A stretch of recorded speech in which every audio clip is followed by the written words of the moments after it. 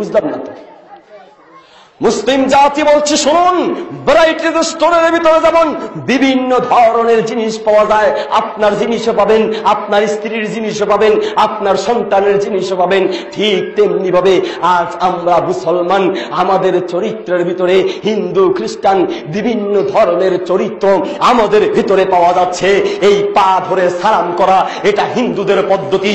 আবার বলছি, পা ধরে সালাম করা এটা হিন্দুদের পদ্ধতি।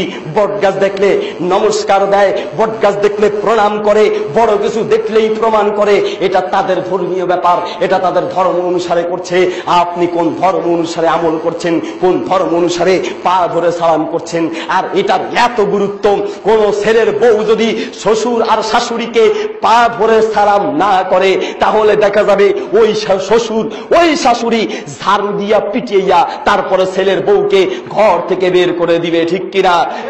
ঈদের দিন যদি ছেলের বউ আর ছেলে মেয়েরা যদি বাপকে পা ধরে সালাম না করে, তাহলে ঘরের মধ্যে তার জায়গা হয় না, স্থান হয় না।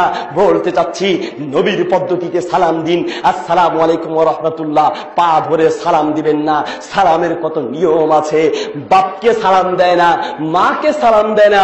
হুজুর শরম লাগে, লজ্জা লাগে, মারে সালাম দিতে লজ্জা লাগে, বাপের সালাম দিতে লজ্জা লাগে, চুলারে সালাম দিতে লজ্জা লাগে না। মানে চুলার সাথে পা লেগেছে, হান্ডি পাতিলার ডেক্সির সাথে পা লাগছে, ওটারে নিয়ে সালাম করা শুরু করে, চুলা নিয়ে সালাম করে। চুলা সালাম করতে পারে, বাপের সালাম করলে নাকি লজ্জা লাগে। কত মূর্খ এই জাতি, কত মূর্খ এই মানুষ। সবার কথা বলছি না, অনেক মানুষ রয়েছে যারা মা বাপকে সালাম করে না, তবে চুলাকে সালাম করছে। তাদেরকে বলছি, বলতে চাই, সালাম দিতে হয় মানুষকে, আর আমরা সালাম দিচ্ছি চুলাকে। কেউ সালাম দেয় টাকাকে। টাকা কেমনে? দোকানদার প্রথম যেই টাকাটা পায় ওটাকে ক্যাশে লাগায়, কপালে লাগায়, মুখের মধ্যে চুমা খায়, এটাও নাকি একটা সালামের পদ্ধতি। ড্রাইভাররা প্রথম যেই টাকা পায় ওই টাকাকে নিয়ে সে কি করে? ওই টাকাটাকে নিয়ে সে একবার ব্রেক শোর সাথে লাগায়, একবার কপালে লাগায়, একবার মুখে সালাম দেয়, মুখে চুমু খায়। এটা নাকি একটা সালামের পদ্ধতি হলো। অথচ মানুষকে সালাম দেয় না, বরং সালাম দেওয়ার পদ্ধতিগুলা একে একে বন্ধ করে দিচ্ছে। কিভাবে? ওযু করার সময় সালাম দেওয়া যায় না কেন? চারি কোনা 60 জন ফেরেশতা বলে ধরে রাখে, একবার কথা বললে নাকি এক কোনা ছেড়ে দেয়, রহমতের রুমাল নাকি ছেড়ে দেয়, এই জন্য তখন নাকি সালাম দেওয়া যায় না। আবার জাল একটা হাদিস বের করে ভাত খাওয়ার সময় সালাম দেওয়ার রাস্তা বন্ধ করে দিয়েছে। লা সালাম আলি আকিলিন, খাদ্য গ্রহণকারী ব্যক্তির জন্য সালাম দেওয়া যায় না। এটা হাদিস না, হাদিস নামে কলঙ্ক।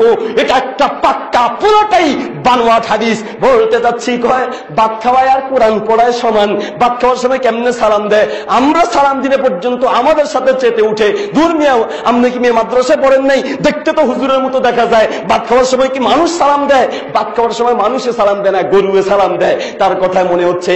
বলতে চাচ্ছিলাম, কয় ভাত খাওয়ায় আর কোরআন পড়ায় সমান। কোরআন পড়লে প্রতি অক্ষরে কয় নাকি? কথা বলেন, আমার কথা বুঝেননি আপনারা?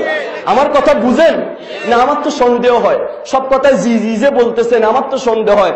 আমার কথা তো আমি বুঝতে কষ্ট হয়, আপনারা কেমনে বুঝেন? অনেক সময় কলা বাঙালি হো হো হো, জি জি জি, ওয়াহুম লা ইয়াকিলুন। অনেক সময় বাঙালি কয় হ্যাঁ, yes no, very good sir, আসলে কি বলতেছে নিজেও বুঝে না। কিছু যুবকেরা আছে, দেখা যায় কানের মধ্যে ইয়ারফোন লাগিয়ে হিন্দি গান শুনে আর ঢুলে।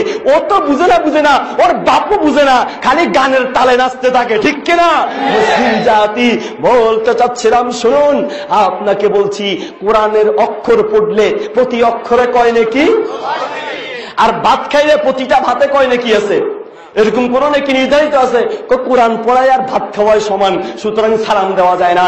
বলতে চাচ্ছিলাম, সালাম দেওয়ার পদ্ধতি কোরআন সুন্নাহ দ্বারা নির্ধারিত রয়েছে।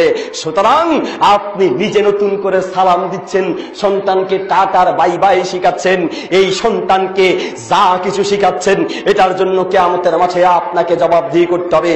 আপনাকে বলছি, এই সন্তানকে যদি দ্বীন না শিখান, কিয়ামতের মাঠে এই সন্তান আপনার বিরুদ্ধে সাক্ষী দিবে।